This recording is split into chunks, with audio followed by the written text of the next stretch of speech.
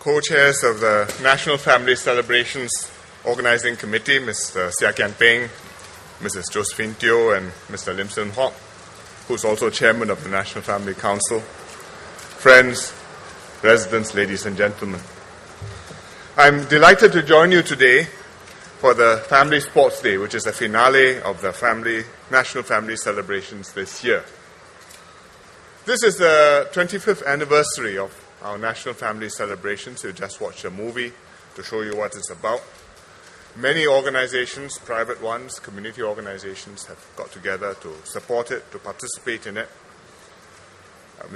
We saw the highlights, and today's focus is on sports, to encourage Singaporeans to spend happy, healthy, fun time together with their families. I'm very glad that many families have taken part actively today in the activities and spending quality time together.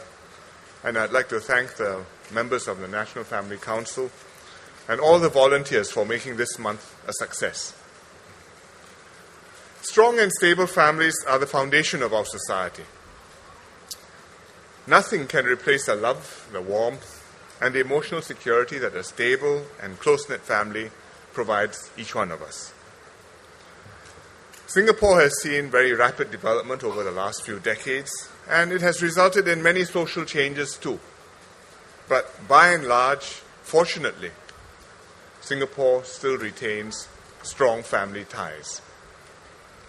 The basic tenets that make up a strong family, love, respect, filial piety, remain deeply entrenched in our society. It's important for us to keep our family ties strong. We've seen how in some other societies, family ties have come under stress and faltered. The norms in the society change, and we have, as a result, complex arrangements and complicated households. We have an unmarried couple, his children, her children, their children, all living in one roof. If it's stable, well, that's all right, maybe. But if it's not stable, it splits up new groupings. It becomes much more and more complicated. And the implication on the next generation, children growing up in such unstable environments, the long-term impacts, nobody can tell. Happily, our norm in Singapore is still the traditional family. Couples get married and they have children within wedlock, and they grow up as one family unit. We do worry about divorce rates, about illegitimate births, and we worry about the minority of dysfunctional families. But socially, the husband, the wife, and the children is still the family norm.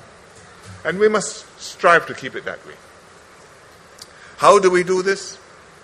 Well, you saw the skit just now. That's one way not to head.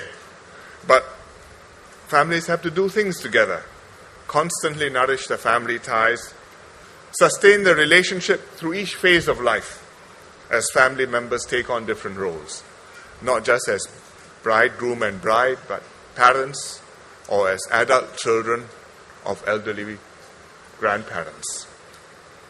First, if you take it in the middle, we start with parents as caregivers, then parents and children as advisors and friends because they've grown up, but they can still take some advice from those who have a little bit more grey hair.